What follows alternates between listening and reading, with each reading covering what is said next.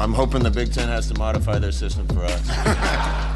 Probably like getting grade 10 sandpaper rubbed on your face every day. I mean, we say it all the time, whether, there's two types of turds. You're a sinker or you're a floater, but you're still a turd, right?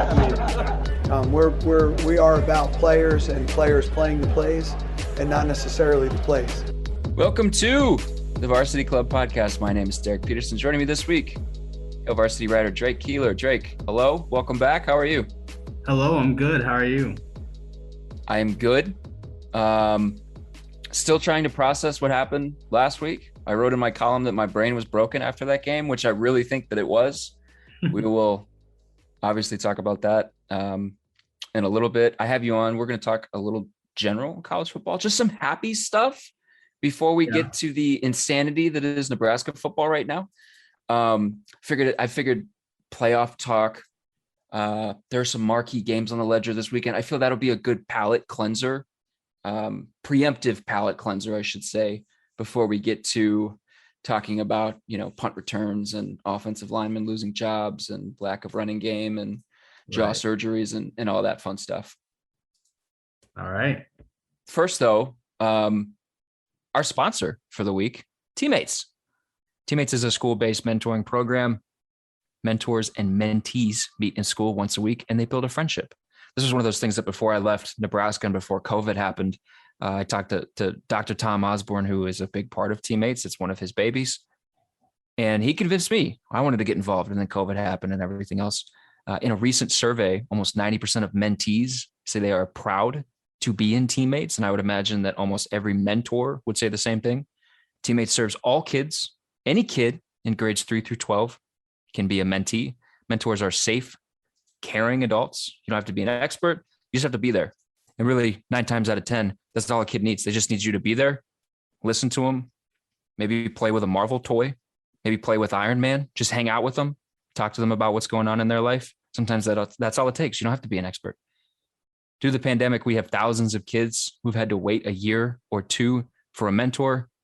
So don't make them wait any longer. To apply, go to teammates.org, TEAMMATES.org. And a couple more housekeeping points before we get started. Make sure you subscribe to Hail Varsity. That's hailvarsity.com/subscribe. You get all the info that you need. You get premium stories from people like Drake and from the rest of the Hail Varsity team. You get a magazine. You get all the great Hail Varsity coverage. Go to hailvarsity.com/subscribe to find that. Also, while you're at it, click on the network tab and make sure that you are following, listening to, subscribe to, have left.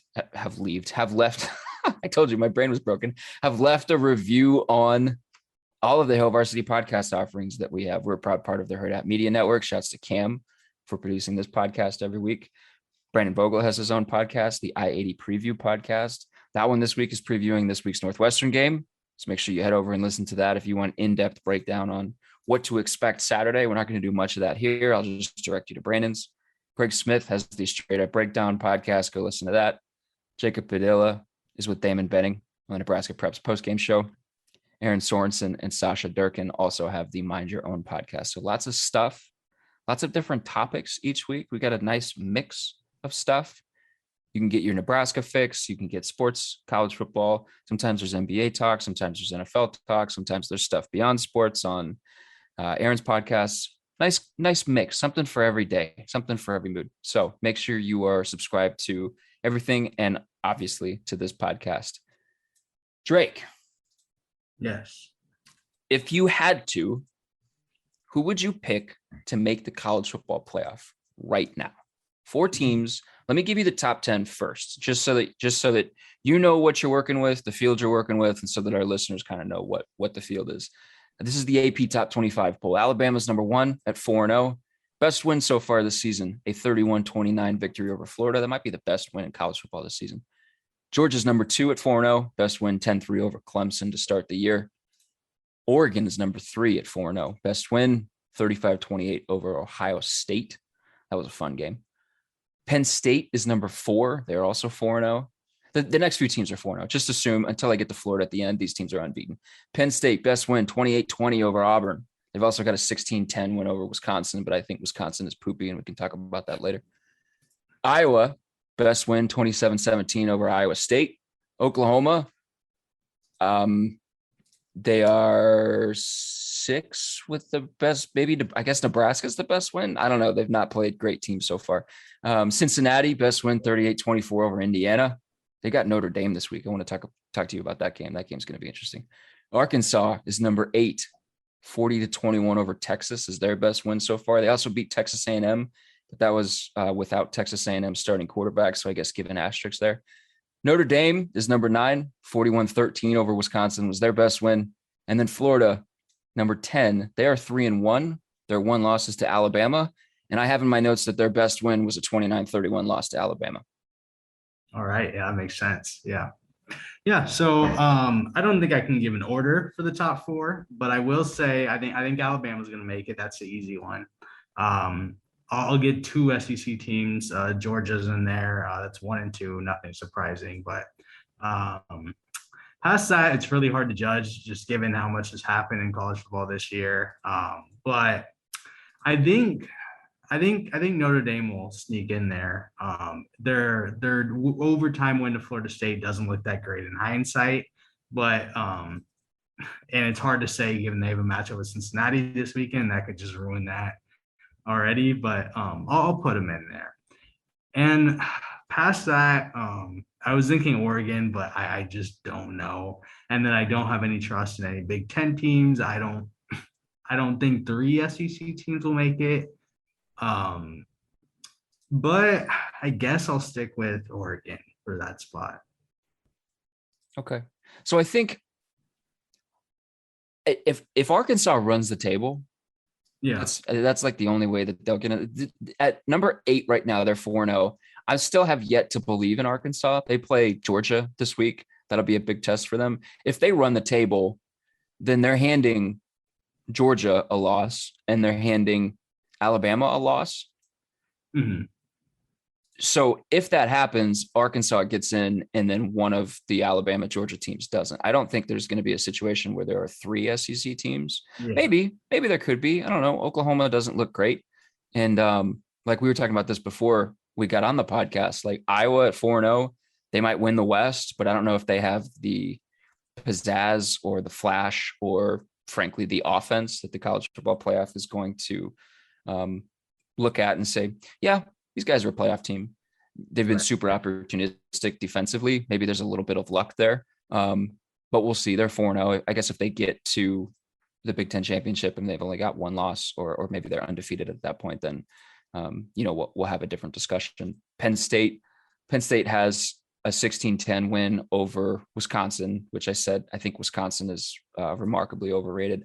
People had them winning the West to start the season. I never saw that. Not that I thought that Graham Mertz was going to be bad, Right. but I did have questions about their offense, and those questions remain. And Graham Mertz has been bad, so we'll see about Wisconsin. But Penn State's got that, and they've got the win over Auburn. And Sean Clifford looked awesome in the win over Auburn, but I still feel like if you're like going with Sean Clifford, it just seems like a dangerous way to live. I would pick Alabama, Georgia, Oklahoma, and Cincinnati as my 4. Fair choice. Yeah. So like Cincinnati, best win 38-24 over Indiana.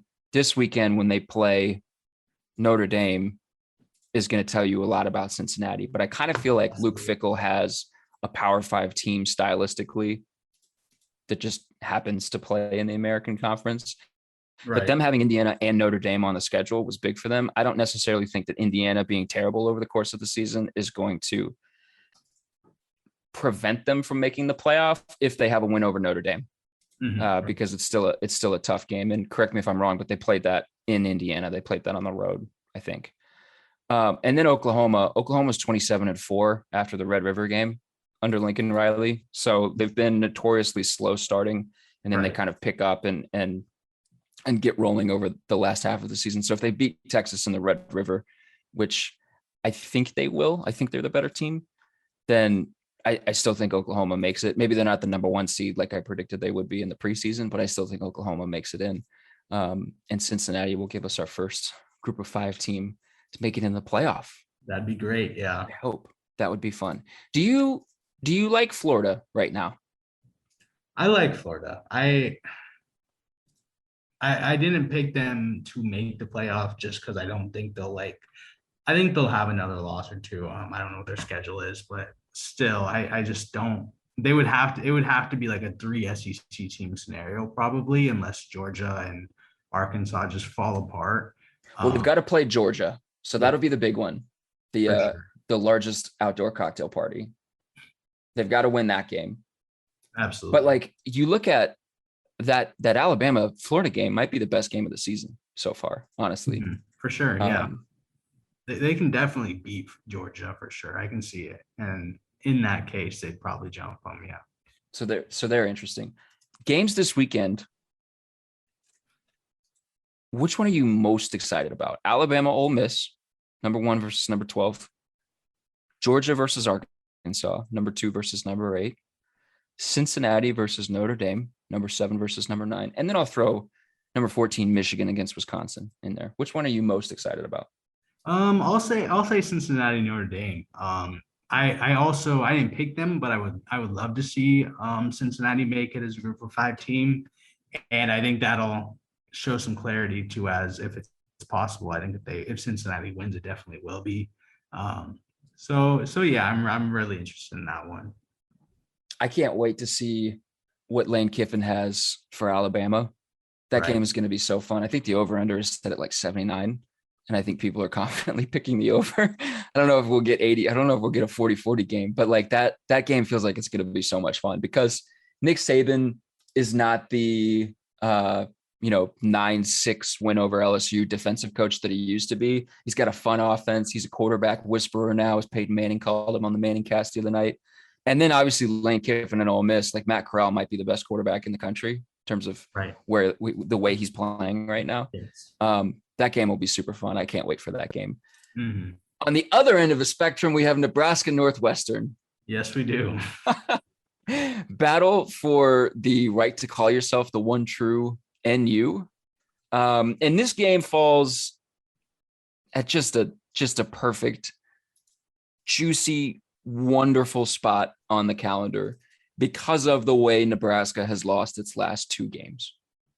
Against Oklahoma on the road, against Michigan State on the road. What is the one thing, Drake, that everyone says about Pat Fitzgerald coached Northwestern teams? There's one thing that everyone always says about this team. Do you know what it is?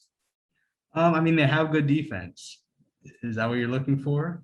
Or that is true, but that's not what I was looking for. They don't beat themselves. Okay, yeah, discipline, yes. Yeah, they don't beat themselves. This is they're really, they fare really well in terms of penalties each year.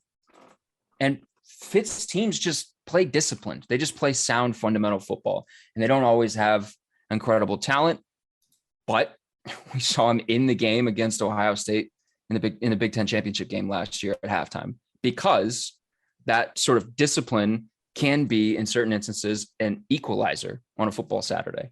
Right. So Nebraska gets this Northwestern team that is not very good.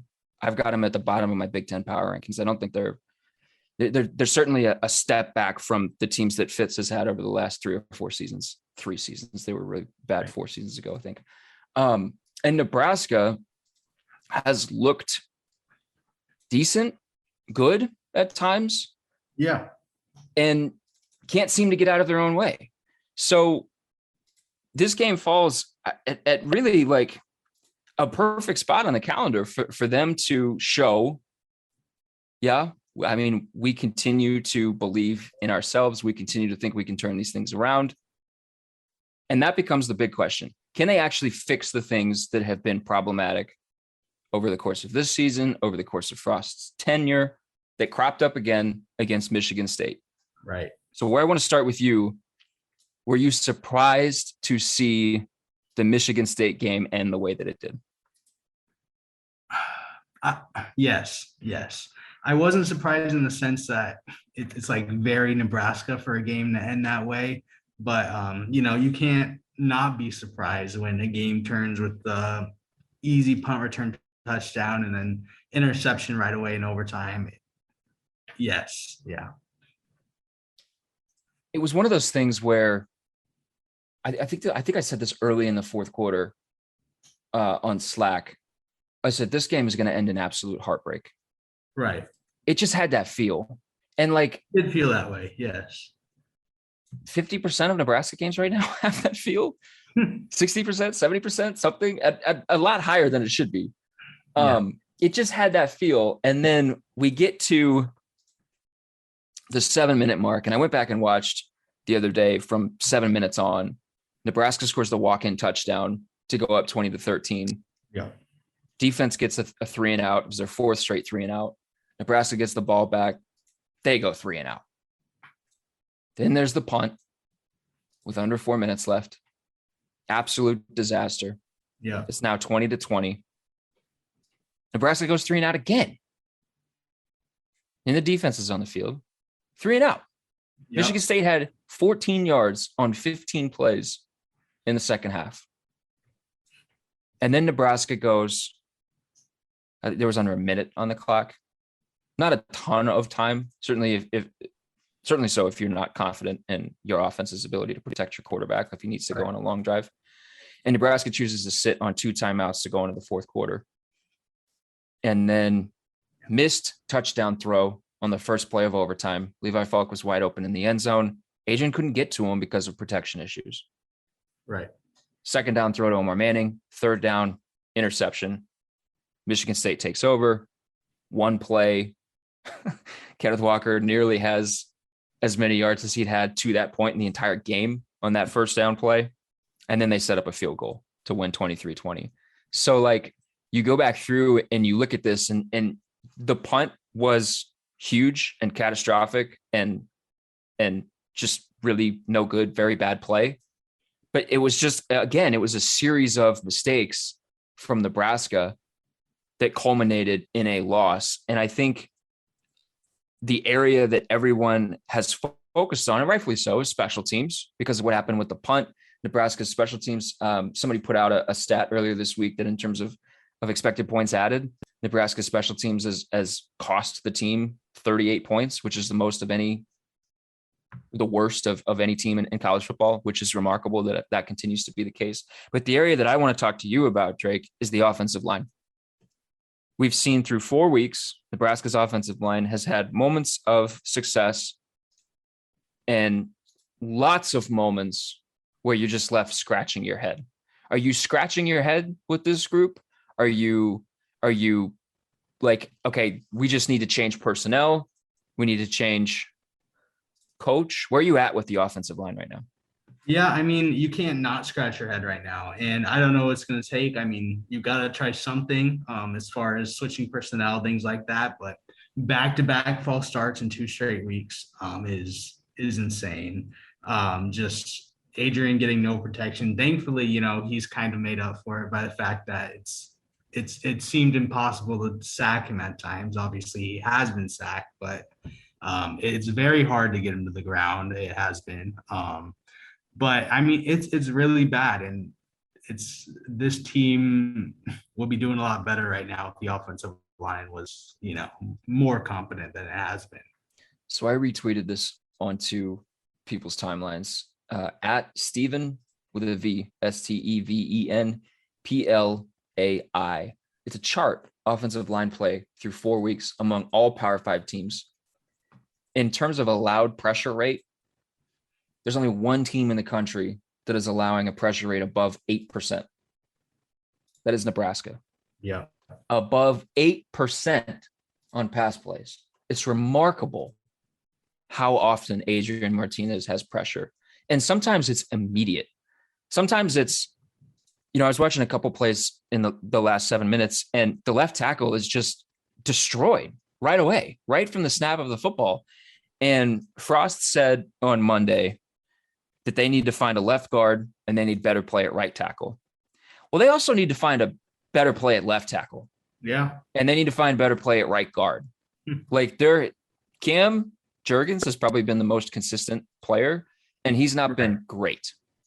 They've had issues at every single spot.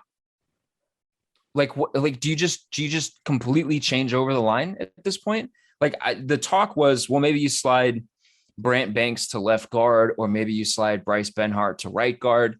The the issue that Greg Austin was talking about in the spring with Brant Banks playing left guard or just guard in general was that he's too tall and too long. And when you start to put that kind of a player into the box that is guard, you start to have hip mobility questions.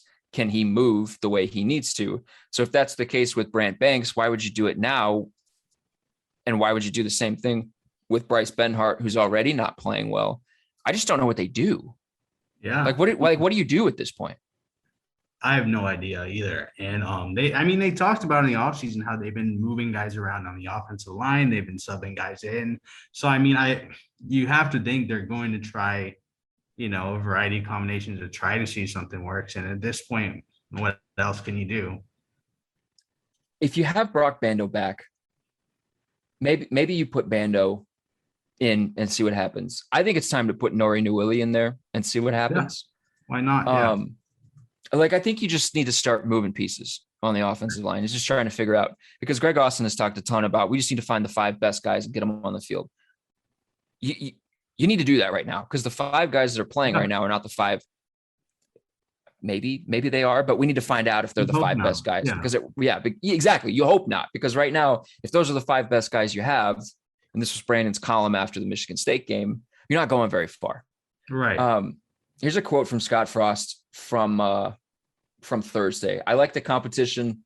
I really like the pad level the guys played with. They really paid attention to that, and seeing them come off the ball with low pads seemed to make a pretty big difference.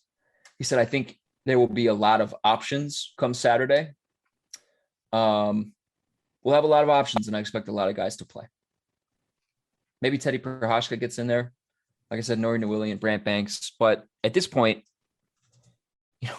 you're playing the most veteran guys that you have. Right. So if you're going younger, then theoretically you're still going to be inconsistent and you're still going to have issues. We're kind of in danger zone with this offensive line, would you say? Yes, definitely. So they're at 21.5 points per game right now. Nebraska's offenses against FBS opponents. They had the big game against Fordham, but I think we can kind of throw that out. Yeah. Against Michigan State, they scored 20 points. It was the 12th time under Frost that they've scored 20 points or fewer in a game. Are the problems specifically tied to the offensive line, or do you see other areas of concern with the offense right now? Yeah, the offensive line I think it's the main problem, no matter which way you put it. Other than that, obviously we've seen that Adrian's been great. He's had the times where he missed throws, but he hasn't played this well since his freshman year, at least. Running back is another, problem area. You can probably tie that to the offensive line as well, but also we just don't know who the guy is going to be there, or if there is a consistent option. Ramir Johnson got most of the carries against Michigan State. He did fine. He might be the best option moving forward. We'll have to see. That's something that'll just develop throughout Big Ten play. But they do need an answer there. The wide receiver group has been good. Hopefully you want Oliver Martin back and making contributions. He had 100 yards in the first game of the season. But yeah, it's mainly the offensive line. If any issue ties back to the offensive line. Yeah, Nebraska's first 100-yard receiving game of the season came from a guy that hasn't played since. Right. And Nebraska's first 100-yard rushing game of the season came from a guy who hasn't played since. Yeah, it's crazy. And I don't know what's going on with Marquise Stepp. He just hasn't been able to get on the field. And it's not, I don't think it's injury related, because he had a carry against Michigan. He has technically played. Yeah. But he had 100 yards against Fordham, and then he just hasn't seen the field again. Was it Fordham or was it Buffalo? It was one of those two games. He had 100. Yeah. It was Fordham. Okay. He had a 100-yard game. One thing, obviously, you want to have shorter fields in college football to be able to score, because if an offense, this is why everybody wants to find explosive plays, because if an offense has to string together a 10-play drive, the chance that you're going to score on that drive is small. Mm-hmm. And the chance that you're going to make a mistake on that drive, i.e. penalties that kill you, turning the ball over, is higher, because you just have more you have to do to find the end zone. That's why everybody wants to find big plays, so you can have like a 4-play, 75-yard drive. That's what everybody wants. In that same vein, you want to have better starting field position. And so that's where Nebraska's special teams has to help significantly. Nebraska's average starting field position was the 26-yard line against Michigan State. They lost the field position battle in that game. If you just look at average starting field position, despite the fact that the defense had 5 straight 3-and-outs, it's incredible. One area that I heard a lot of talk about this week was in punt return with Samori Toure. And it's not criticism of Toure, because he had said he'd never been a punt returner before in his career. And then he was asked to do it against Michigan State kind of on the fly. And he's letting balls roll past him for additional yardage. And Frost has talked about that, some of that hidden yardage. You got to field the punt if it's going to cost you in terms of field position. It's crazy to me that Nebraska can't find a punt returner on its roster. It has 160 players on the roster. It's one of the biggest rosters in college football, and they can't find a punt returner. Kicking has been inconsistent. Punt game has been inconsistent. The only thing that they've been able to hang their hat on with special teams has been kickoffs with Brendan Franke, who's been great, but everything else has been a disaster. So what do you think is going on with special teams? How would you assess kind of where they're at there and what you've heard from Frost? Yeah.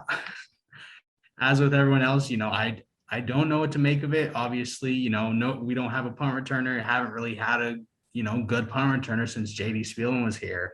And, he wasn't a Frost guy. I don't know if that's something that's been overlooked, in Frost time, is getting those punt returners in, guys that can make those plays. Because from what we've seen, we don't have that. Same with the kickoffs. I mean, obviously we haven't had many kickoff returns, but it seems like more of them have just been that they've been bad, when we have taken the ball out. Yeah. But kicking, obviously you got to ride with Colt because he was the Big Ten kicker of the year last year, but I have no idea what's happening there either. He says it's just something that he's got to work through. So I guess you still trust him there. And obviously he made his field goals last week, but it's very confusing for sure. One note that I'd like to add on punt return, they've added guys to the roster through freshman classes. And when Frost has introduced those classes, he has specifically pointed out guys with punt return ability, guys that were punt returners for their high school. One guy who was fairly effective at returning punts in high school was Jamie Nance. Never got on the field. Yeah. And then transferred. I wonder how many of those guys are kind of floating around on the roster. It's just wild. It's one of those areas, and I don't mean to be, super negative, but to hear Frost after the game say like Mike Dawson is coaching it as well as he knows how to do, and as well as I know how to ask him to do, that was a little alarming because that reads like a coach that's like, I don't know what to change to fix the results. And if you're at that point, like, I'm a little worried. Yeah, absolutely. Yeah. You can't not be. I mean, you don't need to have a great punt returner. You don't need a guy that can take a punt return to the house like JD Spielman was at times. You need a guy that can catch the ball and do the bare minimum. We haven't had that. And, the punting's been off. They've been alternating punters. That's fine. But that is alarming. Where are you at overall with this program right now? There's been a lot of talk this week since the Michigan State loss about where they're trending, where this staff is kind of trending as we move toward the end of the season. I think on 16-20 this week, someone said it might. Yeah, I think it's time to make a move. I should be clear, to make a move at the end of the season, not to do it now. If you are going to make a move, it should be at the end of the season. Don't be like USC and fire Clay Helton 2 games into the year. Where are you at with them? Where are you personally at with them? Do you see the signs of progress and growth? I mean, obviously they're clear on the defensive side of the ball, but that's still not winning them football games. Do you see signs of progress where it matters? Or do you kind of feel like they're just sort of spinning their wheels right now? Yeah. I would say I'm more on like probably the negative side, but like I think I can very easily still be convinced because the two losses haven't been great. You don't want to see them lose in that way, but it's been Oklahoma and Michigan State. That's two ranked teams. Michigan State might be overranked, but like still, that you take that. The defense has looked great. The offense has looked better, and that's our relief. Adrian looks pretty good. The wide receiver talent is there. It seems we'll see more of that as the season goes on. But I can still be convinced that Frost can get it done. Especially if they come out against Northwestern and win by a couple scores. I think that'd be good. I don't think you want to have another close game against this Northwestern team, which has looked really bad. So I'm not totally out yet, but it doesn't. I'm not positive.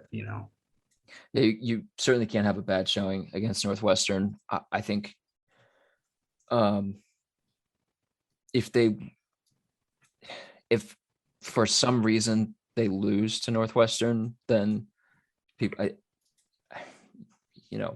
things are going to get wild around here real quick. Yeah, I think a loss to Northwestern would have me pretty much out on Frost.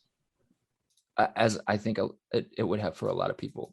I don't think that's going to happen. I think Northwestern is bad. I agree.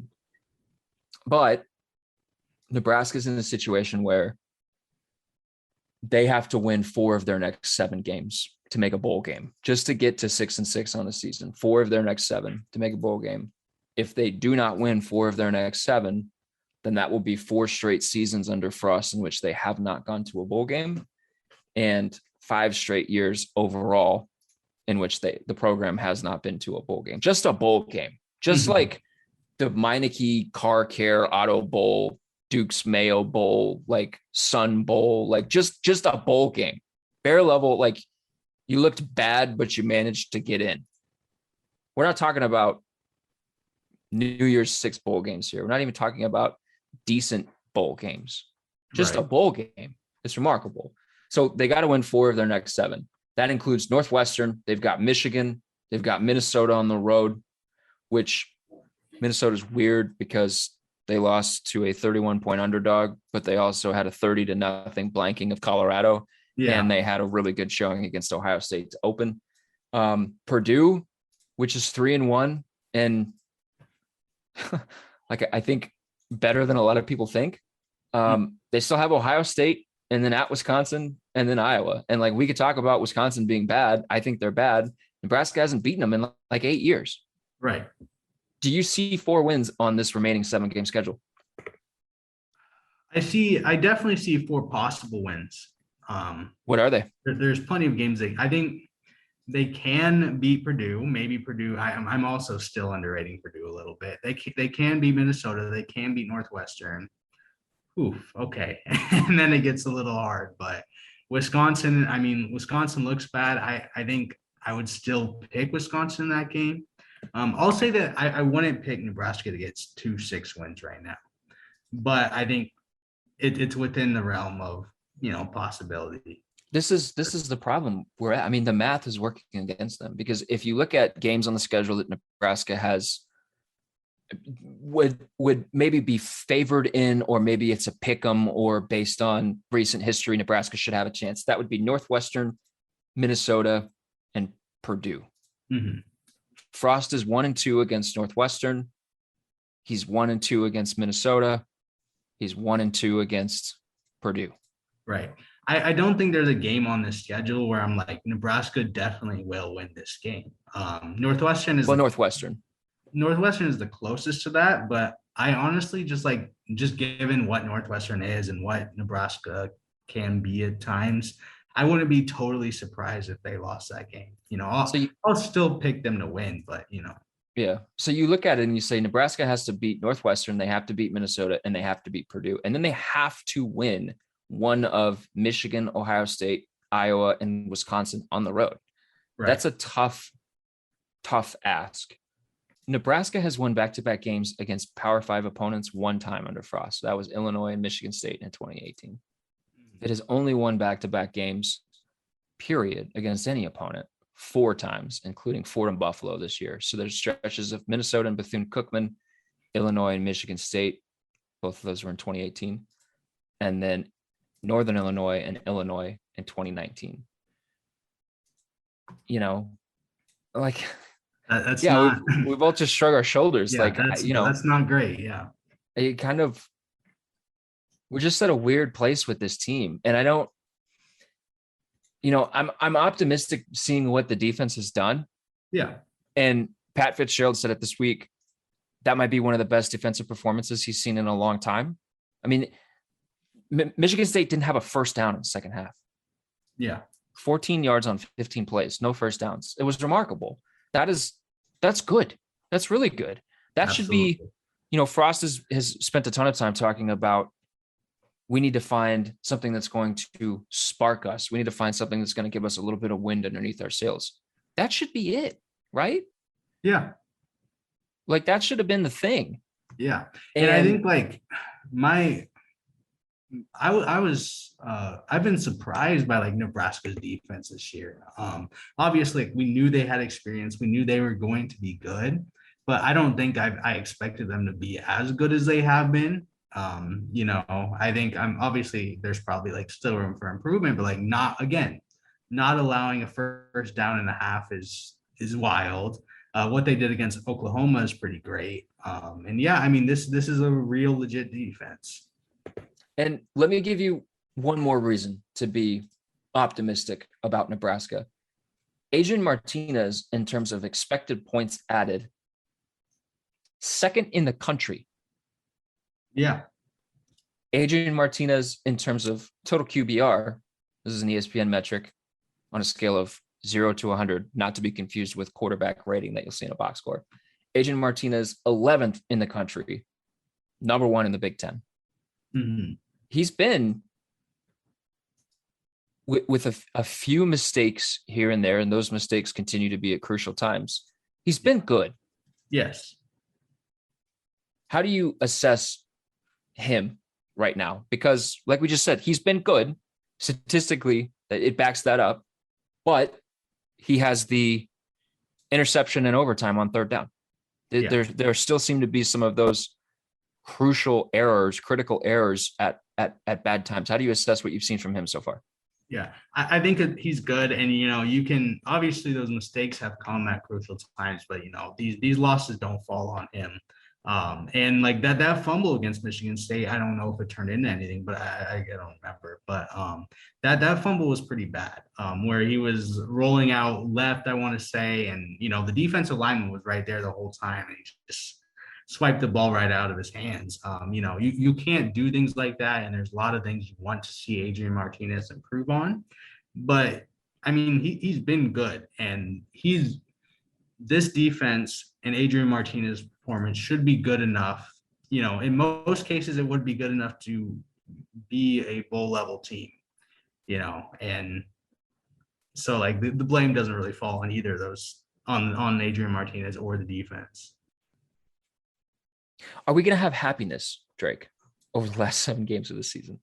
Are we going to, this has been a sad podcast. Are we going to have happiness over the last 7 games? I have no idea. Unfortunately, I cannot say so for sure. I need you to go out on a limb right here and give me a win prediction over these last 7. I need you to go out on a limb. I need happiness, Drake. I need some happiness. I need some joy, some reason for optimism.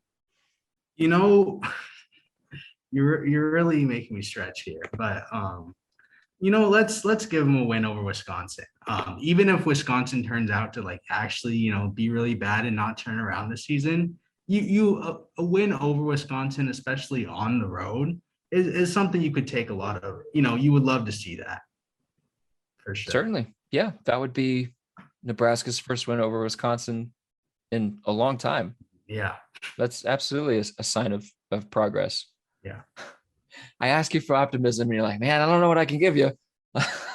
It's pretty hard. That's where we're at. That's where we're at right now. That's fine. That's where we're at right now. Michigan at night on ABC. That'll be a fun game. For sure. We'll see if Cade McNamara is still Michigan's quarterback or if it's JJ McCarthy at that point. That'll be a fun game. Hopefully it doesn't end the way the last Nebraska ABC game ended. I don't think it will, but that would be bad. Yeah. There we go with the negative energy again. It's gonna be great, Drake. Yeah. It's gonna be great. Minnesota doesn't look good. They just Right. lost to Bowling Green. Some We'll be fine. additional optimism. I think Nebraska can stay in a lot of these games.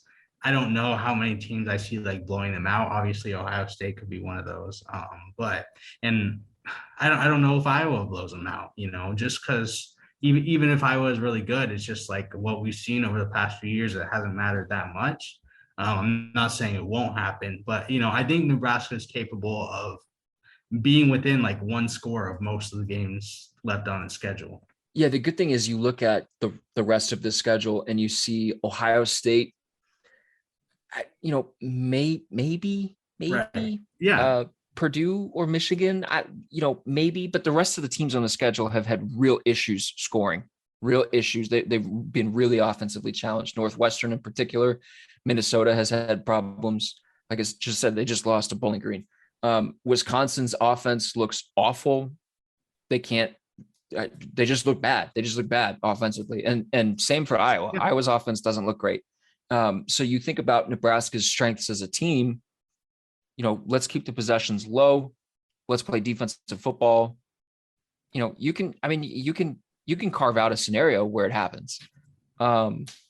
Certainly. And like the way that they played against Oklahoma is maybe the way people want them to play going forward, where it's, 8 possession game.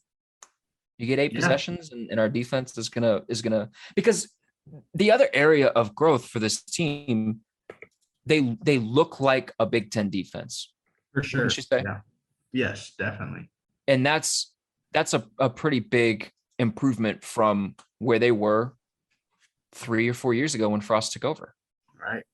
And I think it's almost different from what we expected, like a good Nebraska defense under Frost to be, because, the talk was kind of like, Chinander's defense is going to create turnovers and that's going to be most of the, defensive success, but they haven't done that. They've had a few turnovers, but like, nothing too crazy, nothing game changing, that hasn't been the strength of its defense. It's been more, like you said, not allowing a first down to Michigan State and just shutting down some of those things, which is surprising, but you definitely obviously take that. Yeah, I mean, it's wild. And you're exactly right in saying like the way that we expected the defense to be, it has been sort of the exact opposite. I mean, they're not forcing turnovers, right, which is remarkable considering the brand of football that they try to play defensively. They just haven't been able to force turnovers. They're also middle of the pack in terms of third down defense. Yeah. And if I remember correctly, defensive success rate is not elite. They're just not giving up points. Like they're just finding ways to get off the field and not give up points. It's been a fun kind of development, I would say. So there you go. Good job. Winning on some positive notes. Yeah. Thank you. Well, you got to get to class, man. So I'll let you go. Thank you so much for coming on the podcast. I really appreciate it. Of course. Thank you. Follow Drake on Twitter. Drake, what's your Twitter handle? Just Drake Keeler, my name. Keeler. Yep. Follow him on Twitter. Read his stuff on HailVarsity.com. Keep reading everything else on HailVarsity.com. And we'll be back next week.